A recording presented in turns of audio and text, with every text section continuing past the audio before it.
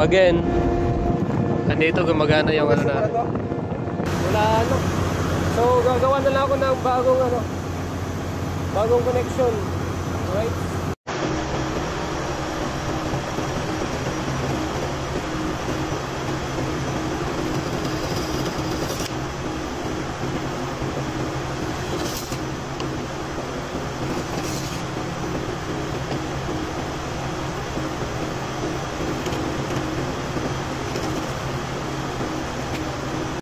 Bale, ito na yung magiging bagong ng remote ng David. Ito yung emergency stop. Hoist, left and right na slewing.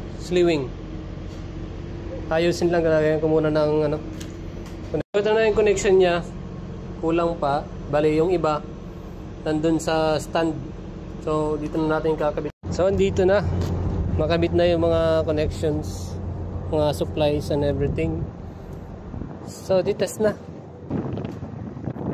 Delicate to. Walang cover. Sige lang.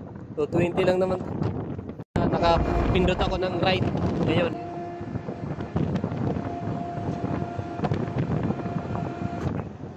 Diyan lang siya. Kasi abot na yun yung... Okay, so balik.